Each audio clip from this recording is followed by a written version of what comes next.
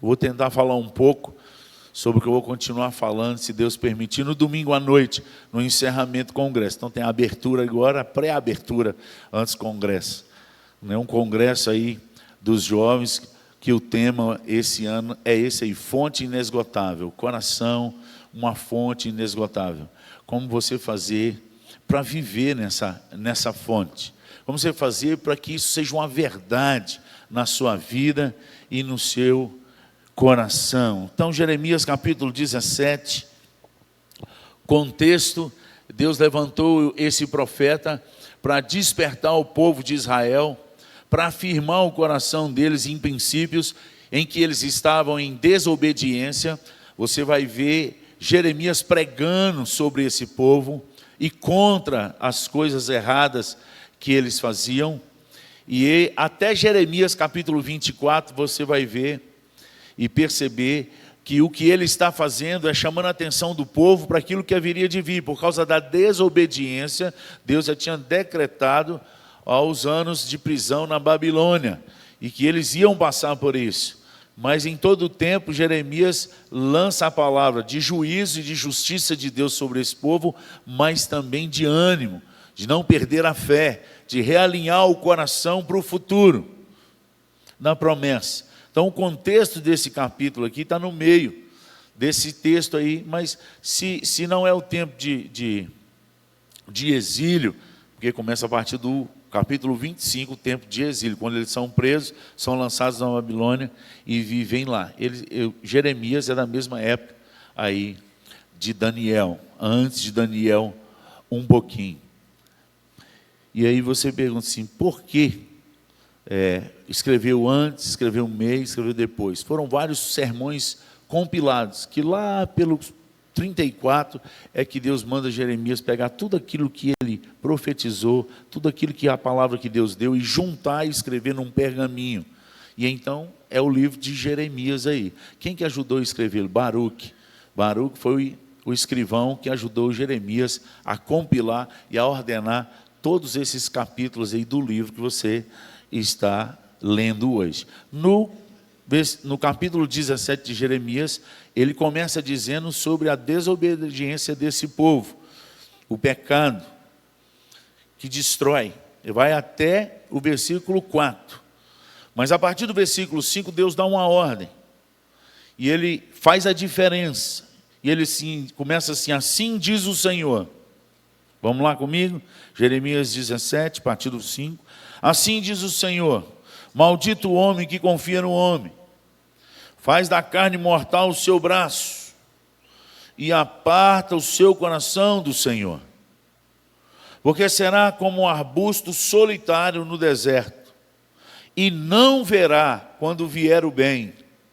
Antes morará nos lugares secos do deserto, na terra salgada e inabitável. Versículo 7, vamos ler junto aí?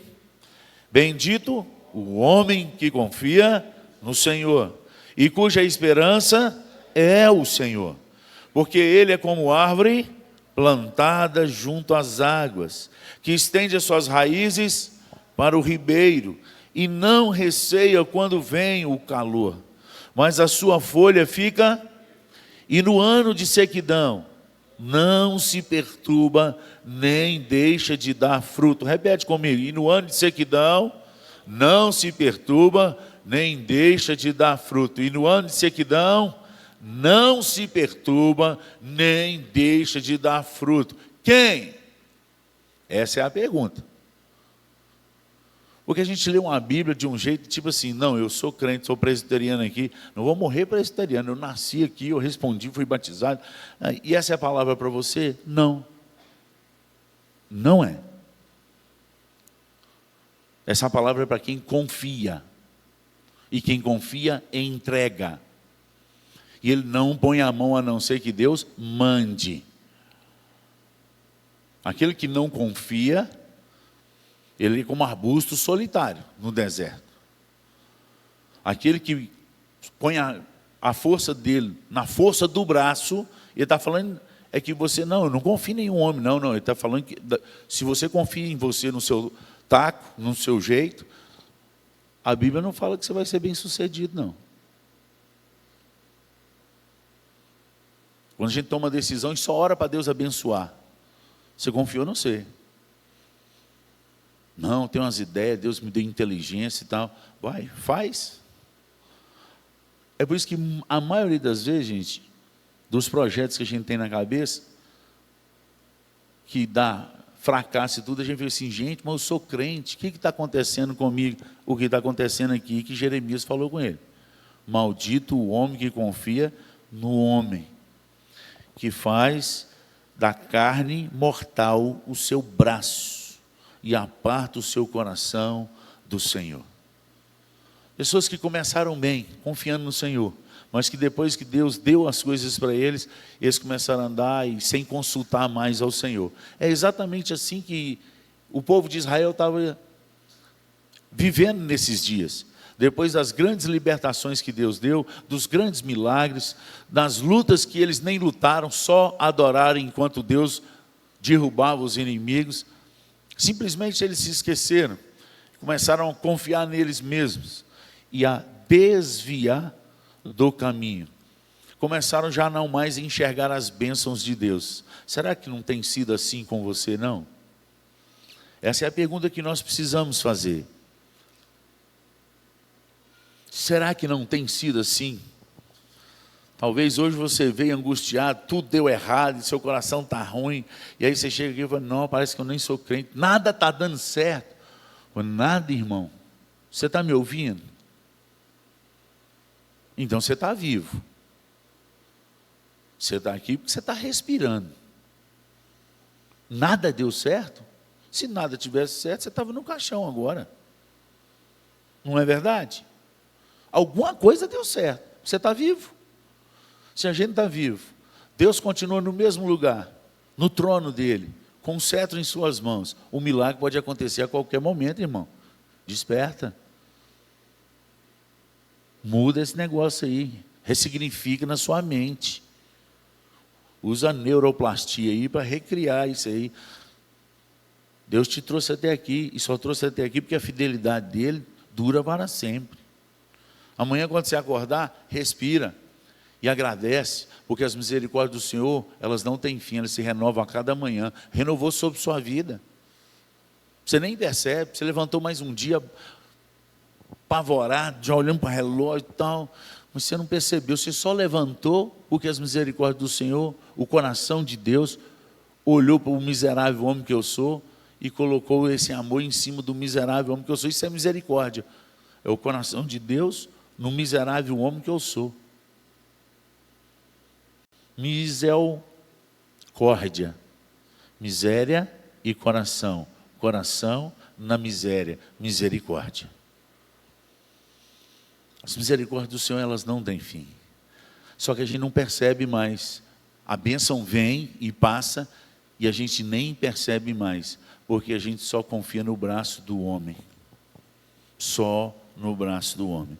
Mas a palavra de Deus continua: bendito é o homem que confia no Senhor, cuja esperança é o Senhor. Porque ele vai ser como árvore plantada junto às águas, que estende as suas raízes para o ribeiro, é o versículo 8 aí. E não receia quando vem, mas a sua folha fica. E no ano de sequidão, não se perturbe nem deixe de dar fruto. Por que não?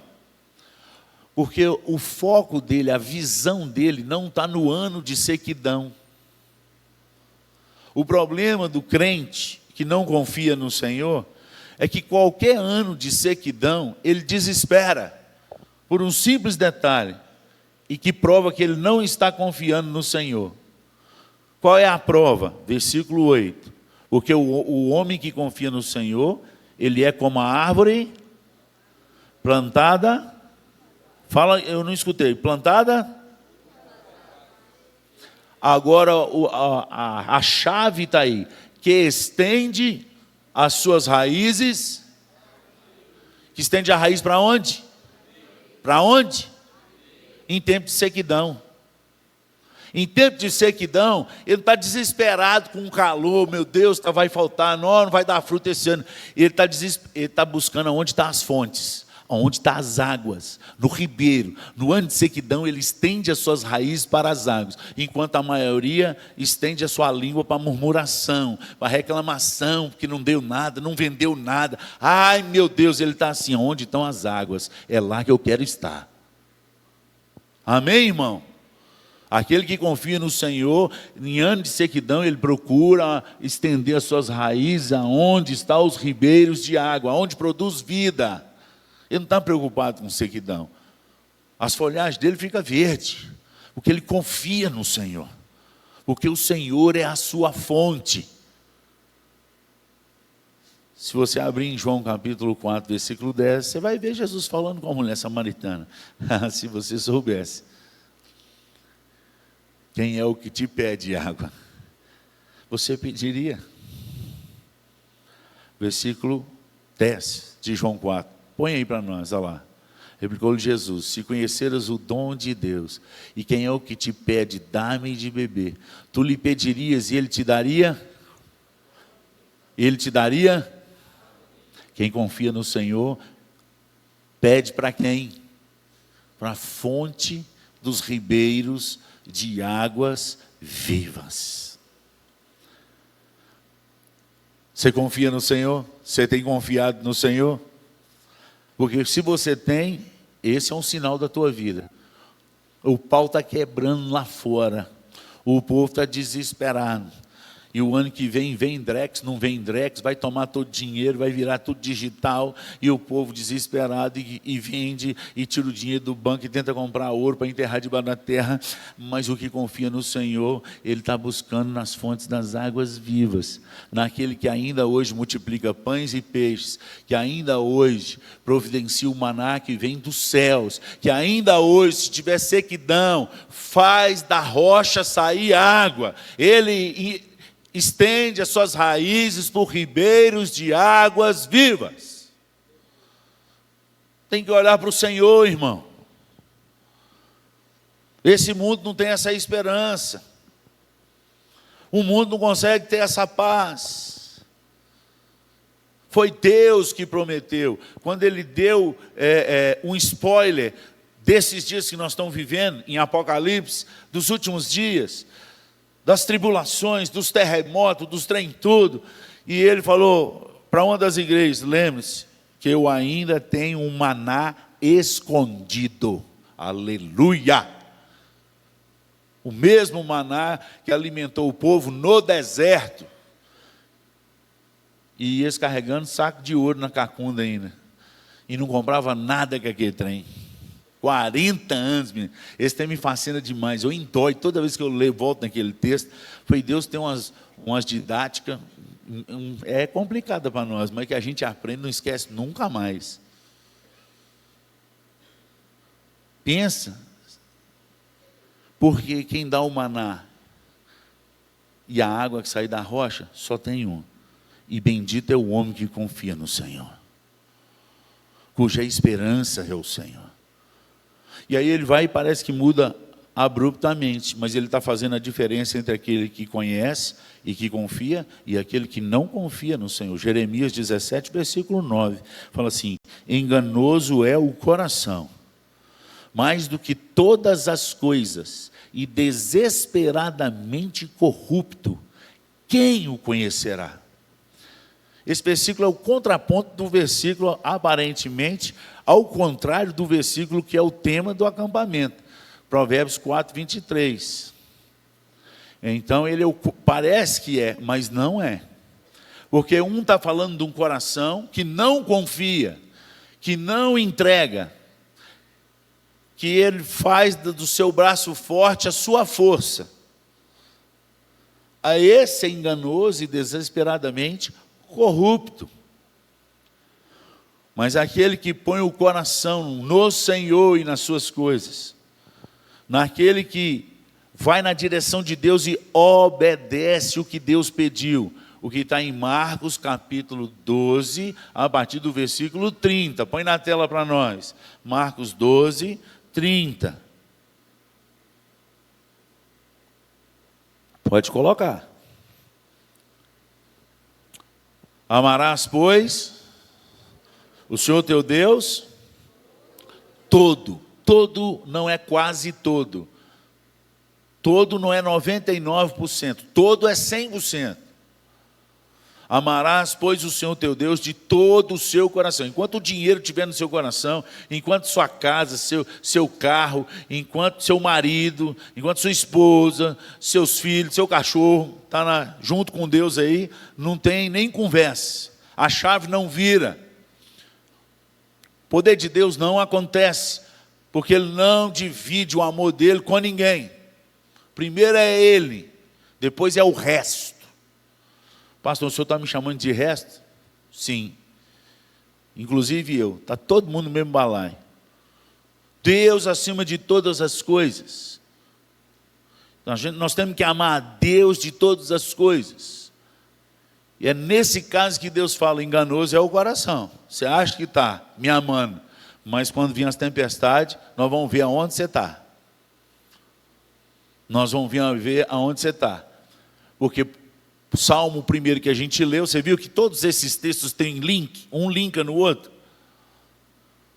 O homem que teme ao Senhor, que é bem-aventurado, ele tem um tipo de postura, ele não se assenta, ele não anda no conselho, ele não tem prazer no que o mundo tem prazer. Antes o seu prazer está na lei do Senhor, e na sua lei ele medita de dia e de noite. E aí o versículo 4 fala assim, os ímpios não são assim. Eles são como palha, que o vento soprou foi. Mas na tempestade, aquele que ama o Senhor acima de todas as coisas, ele permanece de pé.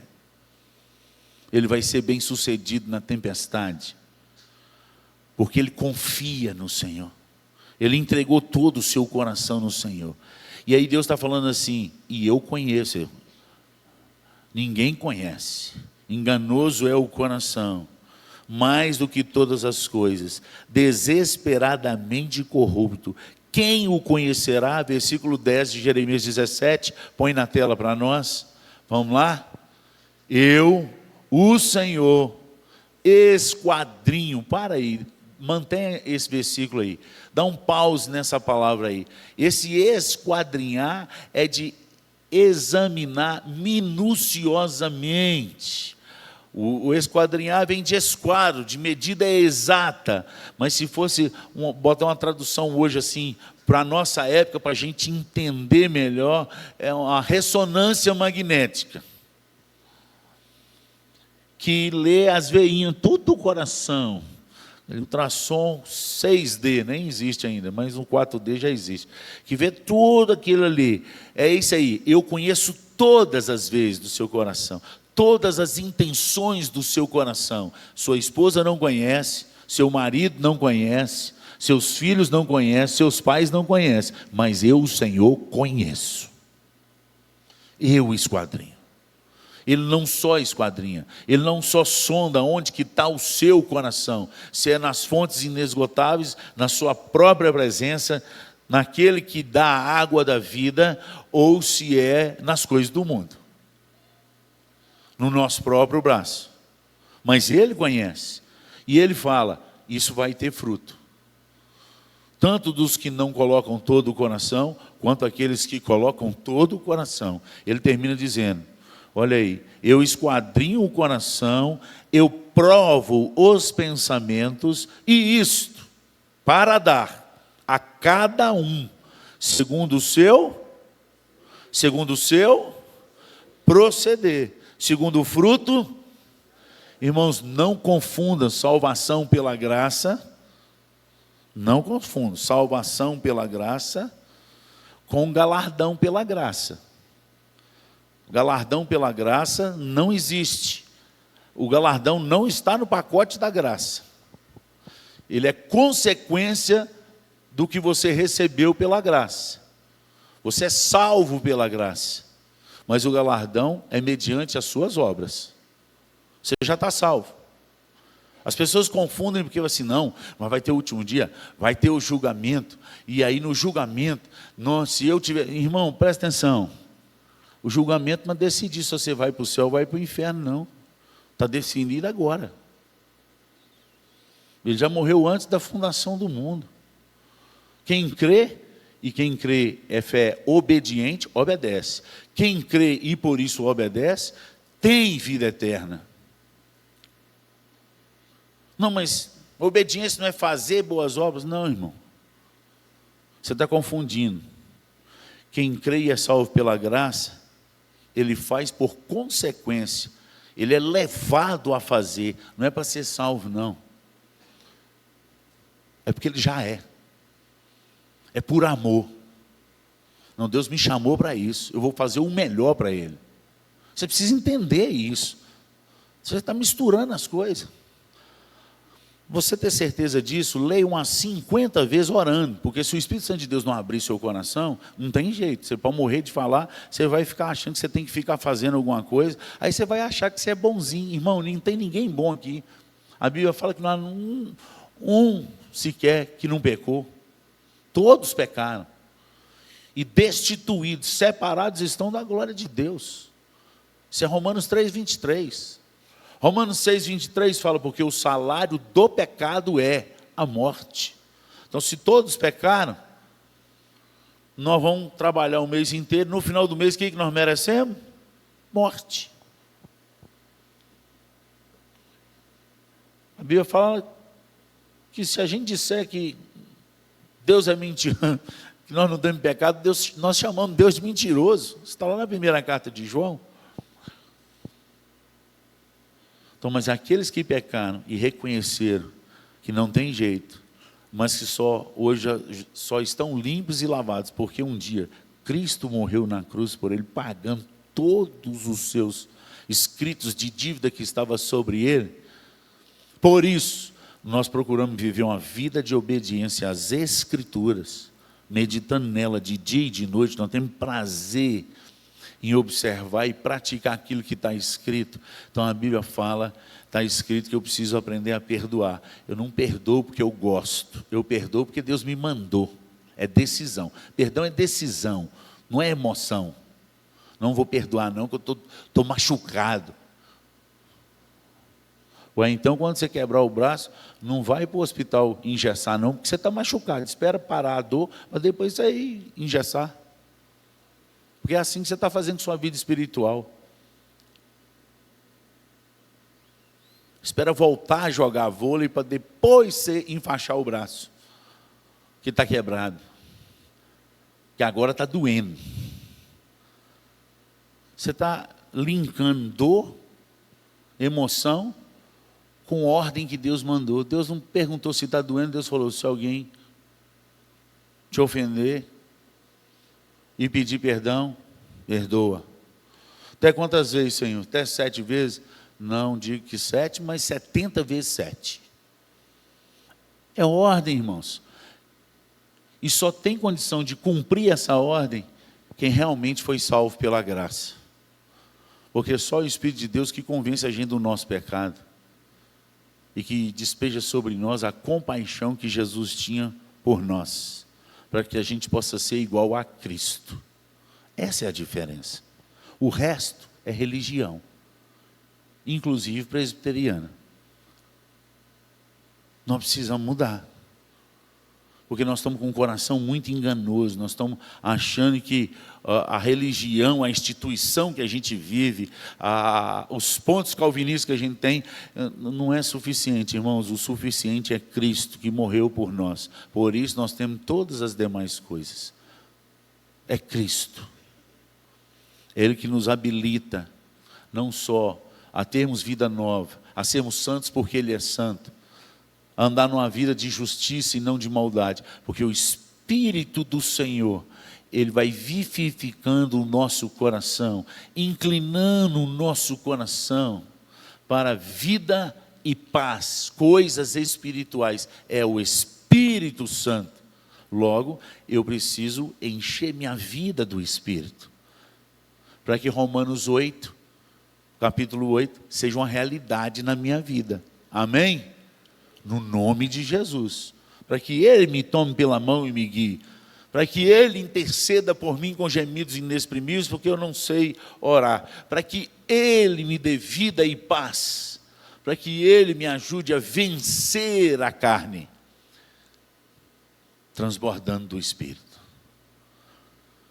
Termino a dizer a você, há uma medida, e essa medida é Deus quem dá, não sou eu como pastor, não é a igreja presbiteriana, não é nenhuma outra igreja. Ele diz isso para dar a cada um segundo o proceder, segundo o fruto das suas ações. Então, como a gente começar a ter uma fonte inesgotável, um coração cheio de águas vivas, caminho de obediência. Começar a lutar para ter prazer na lei do Senhor, e na sua lei meditar de dia e de noite, de dia e de noite, de dia e de noite. Quando um médico prescreve para você um antibiótico, você tem que tomar, porque senão seu corpo não reage, senão você não fica curado. E ele passa para você para tomar de 12 em 12 horas. Você toma só uma vez por dia? Porque se você tomar só uma vez por dia, o que vai acontecer? Vai agravar a sua enfermidade, você pode chegar à morte. Por que com o médico a gente segue tudo direitinho a prescrição dele, e Deus prescreve para a gente na palavra, e a gente vive e deixa a vida me levar, a vida leva eu, só vindo no domingão à noite? Domingão à noite lota. Não, mas eu leio a Bíblia todo dia, mas é de dia e de noite, de dia e de noite. Entendeu, irmãos? Se a gente quer os nossos filhos cheios da presença de Deus, nós temos que ensinar a criança no caminho que ela deve andar. É no caminho, no caminho. Com raríssimas exceções, os filhos vão ser melhor do que os pais sendo ruins. Raríssimas exceções, eu conheço algumas.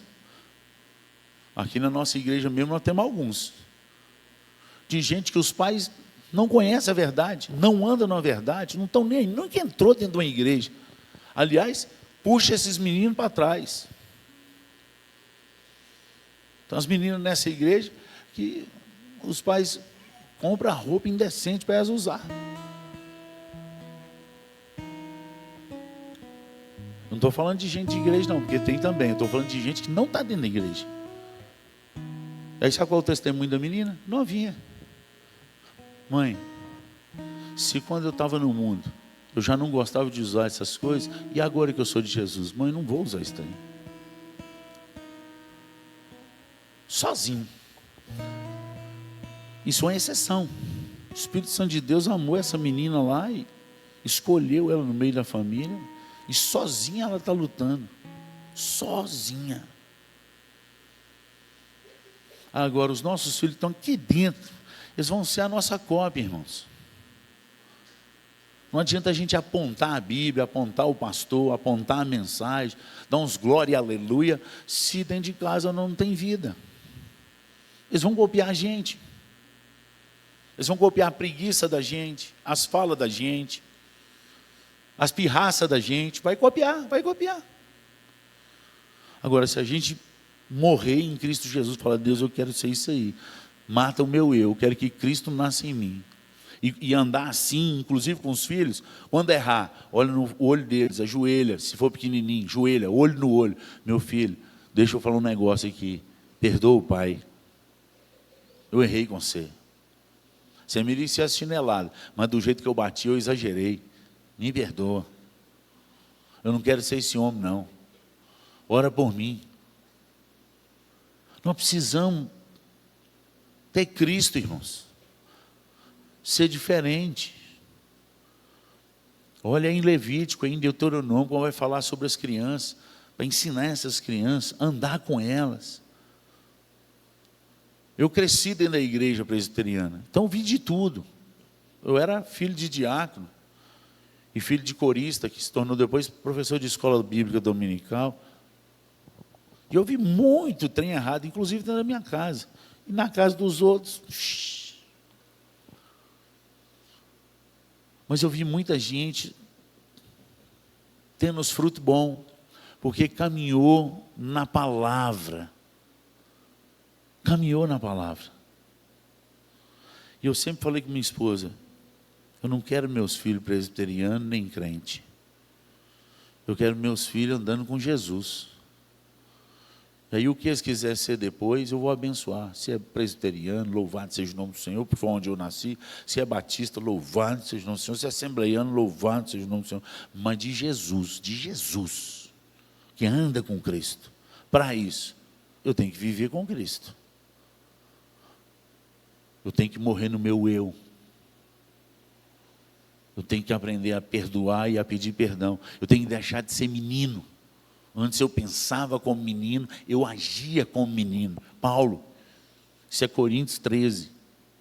Mas depois eu amadureci, deixei as coisas de menino. Tem gente que cresce 50, 60 anos e fica Belém, nunca mais fica de bem. Não é para mim, não.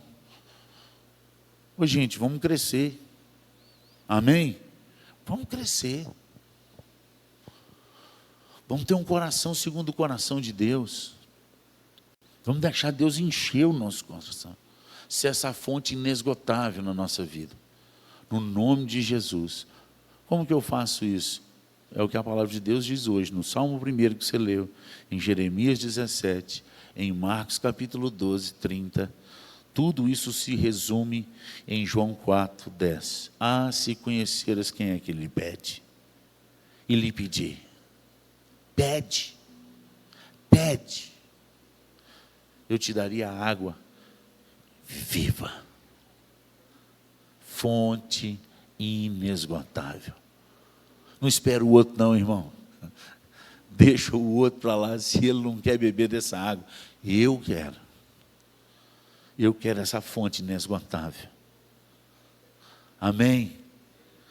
Porque a sequidão vai vir, mas eu vou estender minhas raízes para os ribeiros de águas vivas. Vou ficar olhando para a sequidão dos outros, nem para a sequidão da igreja, nem para, nossa, o que está acontecendo? Nossa, que monte de pastor que está sendo disciplinado, nossa, que monte de pecado nas igrejas. Falei, eu quero saber onde estão as águas, que eu vou botar minhas raízes lá. Quero saber onde está caindo, quem que está caindo, qual igreja está caindo. Eu quero as águas, irmão, de água viva.